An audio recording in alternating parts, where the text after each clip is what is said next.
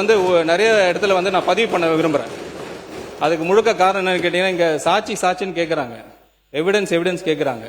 அது document evidence வந்துட்டு போகுது. இங்கே நானே ஒரு எவிடன்ஸ் தான், நானே ஒரு சாட்சி தான். ஃபார்மர் எஜுகேஷன் மினிஸ்டர் அவர் சபையில் இல்லை, அப்படி இருந்தால் சொல்லியிருக்கணும். பட் வேறு வழி கிடையாது. நான் டிஸ்க்ளோஸ் பண்ணக்கூடாதுன்னு நினச்சேன், அவர் வழி இல்லை. கடந்த 3 நாட்களாக இந்த சப்ஜெக்ட் இப்படி சுற்றிக்கிட்டே இருக்கு. இதுக்கு ஒரு முற்றுப்புள்ளி வச்சு ஆகணும். நாளைக்கு வேணா அவங்க கேஸ் போட்டுக்கிட்டோம், டிஃபமேஷன் கேஸ் போட்டுக்கிட்டோம், இல்லை என்கொயரி போட்டு நானே வரேன், டைரக்டா வந்து அவரை ஃபேஸ் பண்ணலாம். எந்த இடத்துல, எந்த டி நகரில், எந்த இடத்துல, குளோபல் அப்படின்னு ஒரு இடத்துல எவ்வளோ அமௌண்ட் கொடுத்தோம் எல்லாம் நானே சொல்ல முடியும், எல்லாரையும் சொல்ல முடியும், கிளியரா அமௌண்ட் சொல்ல முடியும். இதுதான் சாட்சி. நான் சொல்லக்கூடாதுன்னு நினைச்சுக்கிட்டு இருந்தேன் சார், நான் சொல்லக்கூடாதுன்னு நினைச்சுக்கிட்டு இருந்தேன், வேற வழியே கிடையாது. ஹையர் எஜுகேஷன் சம்பந்தமாக அவர் பேசிட்டே இருக்கும்போது சம்பந்தமே இல்லாமல் திடீர்னு நடுப்புற உள்ள போந்து இதுக்கு நானே சாட்சி, இந்த எவிடன்ஸ் அந்த எவிடன்ஸ்லாம் சொல்றாங்க, இதுக்கு நானே சாட்சி அப்படின்னு சொல்றாரு.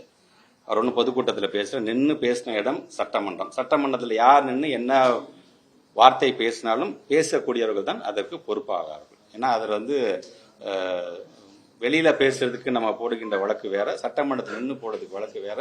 கொடுத்தேங்கிறதே மிகப்பெரிய ஒரு தவறு தான். அவர் பேசினதை நானும் கவனிச்சு தான் இருந்தது. நான் குறிப்பாக ஒரு 2 மாதத்துக்கு முன்பாக பார்த்தீங்கன்னா ஒருத்தர் என் மீது வந்து ஒரு அவதூறை போட்டு இந்த மாதிரியான சில பிரச்சனைகள் நடந்திருக்கின்றது, ஒரு குறிப்பிட்ட பகுதியில் ஒரு அலுவலகத்தை வச்சு இவங்கெல்லாம் செஞ்சிருக்காங்க அப்படிங்கும் பொழுது 50 கோடி ரூபாய் அவர் மீது வந்து நான் மான நஷ்ட வழக்கை நான் போட்டு அதில் ஸ்பெசிஃபிக்காக என்னோட அபிடவிட்டை நான் மென்ஷன் பண்ணியிருக்கேன். இவர் இந்த ஏரியாலாம் சொல்லியிருக்காரு, இதுக்கும் எனக்கும் சம்பந்தமே இல்லைன்னு சொல்லி இன்னைக்கு அவர் மேலேயும் ஒரு வழக்கு போடப்பட்டது. காரணம், கடந்த டிசம்பர் மாதம் அன்றைக்கு அவர் வந்து முறையாக பள்ளிக்கூடங்கள் நடத்தவில்லை என்கின்ற கண்டுபிடிப்பை லோக்கல் இருக்க எங்களுடைய ஆஃபீஸர்ஸ், எஜுகேஷன் ஆஃபீஸர்ஸ் கண்டுபிடிக்கும் போது உடனடியாக அவர் மேலே வழக்கு போடுங்க. இல்லை சார், அவர் பேக்ரவுண்ட் இந்த மாதிரி இருக்கு சார், அங்கே மேலோட எந்த இடமாக இருந்தாலும் சரி உடனடியாக அவர் மேலே நீங்கள் வழக்கு போடுங்க.